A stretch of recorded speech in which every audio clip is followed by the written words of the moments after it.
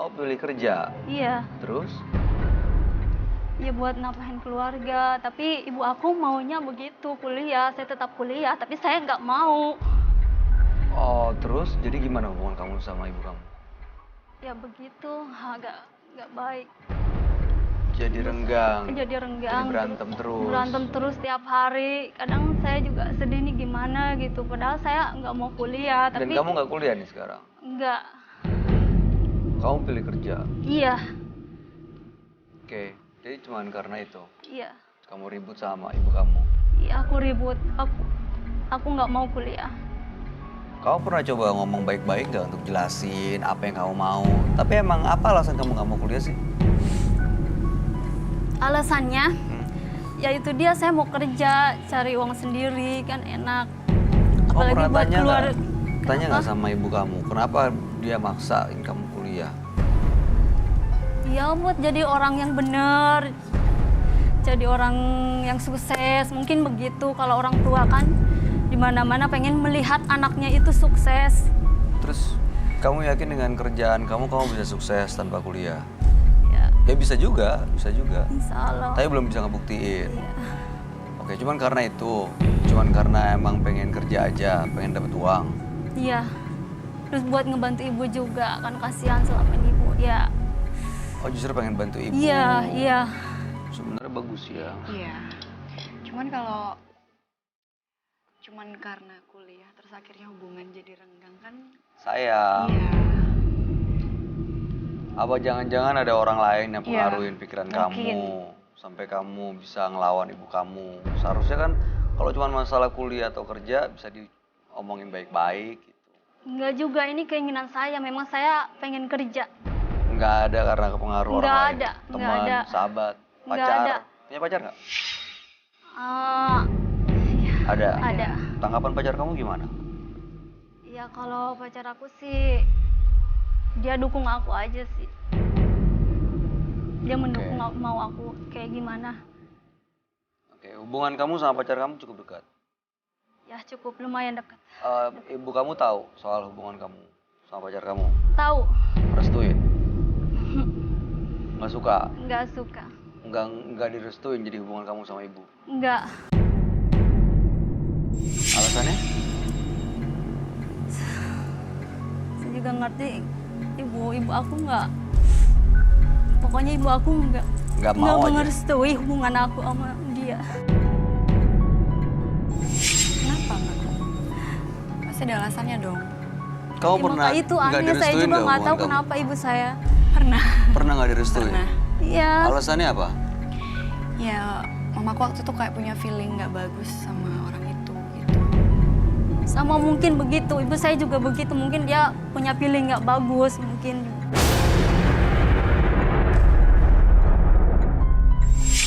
Dan waktu itu gimana? Ternyata terbukti nggak? Terbukti. Feeling mama kamu benar? Benar. Kalau ternyata feeling ibu kamu benar gimana? Ya saya nggak tahu, tapi kalau bilang aku merasakan cowok ini baik banget buat aku. Itu pacaran udah berapa lama, Mbak? Udah 3 tahun. Tah? 3 tahun? Iya, Terus hubungan kamu sama ibu jadi nggak baik nih? iya. Gara-gara apa? Gara-gara kuliah, kerja, atau gara-gara pacar? Ya semuanya mungkin dari kuliah juga, dari pacar. Iya, kalau saya lihat ya. Iya. Ini karena kamu udah punya pacar, hubungan kamu nggak disetujuin, sementara kamu tuh pengennya kerja, ya tentu ibu kamu ngerasa dilawan lah. Ya udah, mendingan sekolah aja, kuliah aja, biar bisa fokus ke masa depan, ke pendidikan. Tuh jadi daripada kerja nanti malah lepas gitu sama pacar kamu. Ya namanya orang tua kan pasti pengen yang terbaik lah buat anaknya. Tuh.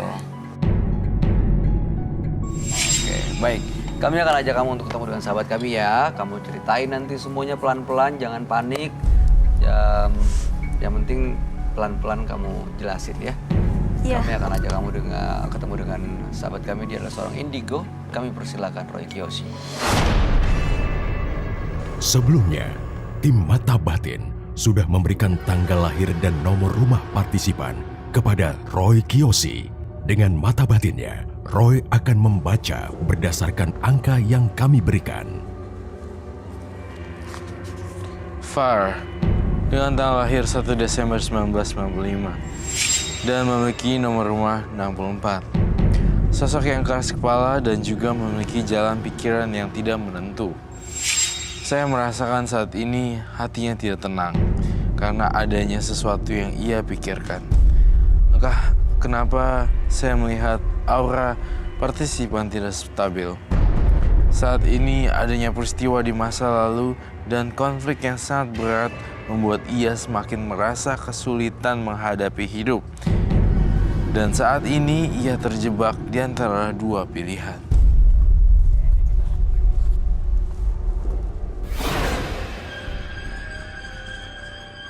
Selamat malam. Selamat malam, Roy. Silakan duduk semuanya. Terima kasih. Saya berhadapan dengan Farah. Iya. Lalu tanggal lahirnya 1 bulan 12 tahun 95 dan nomor rumah 64. Farah ini nggak disetujuin hubungannya sama pacarnya oleh ibunya. Maka datang ke sini dia mau berusaha gimana caranya supaya ibunya merestui. Oke, seperti itu. Intinya itu. Tapi kelihatannya karena lagi panik, jadi sana kesini ceritanya jadi kayak karena di proses wawancara tuh emang ceritanya katanya kata tim Menembus Mata Batin emang agak rumit. Yang soal pacarnya, terus soal... Tapi dari aura yang saya lihat di Farah ya, auranya stres banget kayak mau nangis gitu. Kayak Tekan gitu ya. ya under pressure gitu. Pacarannya udah 3 tahun. Tentu 3 tahun bukan waktu yang singkat ya untuk pacaran Iya. sebenarnya. Banyak hal yang udah dilalui dong Farah. Iya, banyak. Dan saya ingin tahu, maksudnya fokus all the things ini, maksudnya setelah 3 tahun ini, what's the esensinya itu apa ya? Maksudnya, Kamu emang mau serius untuk nikah sama pasangan kamu ya? Sama pacar kamu ini?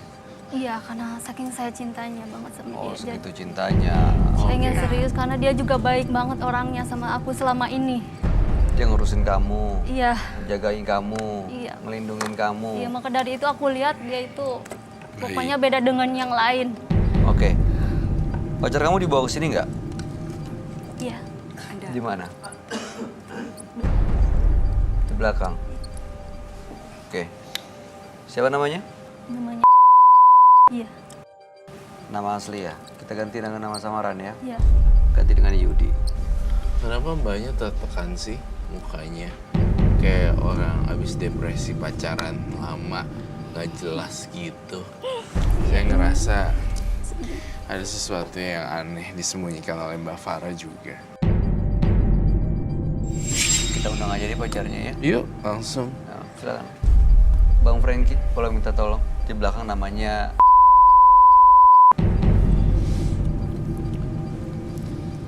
Oke, Kita ganti dengan Yudi. ini pacarnya. Oke, silakan. Silakan. Mas itu. Iya. Oke, kita ganti nama dengan Yudi ya.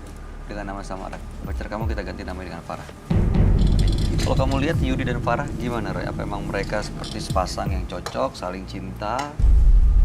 Atau Adanya saling cinta, namun ada jarak juga di antara mereka.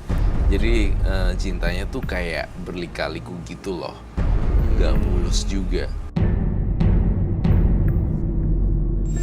kamu sayang nggak sih sama pacar kamu? Banget lah. Kayak Banget. cuek-cuek gitu. Cuma Hah?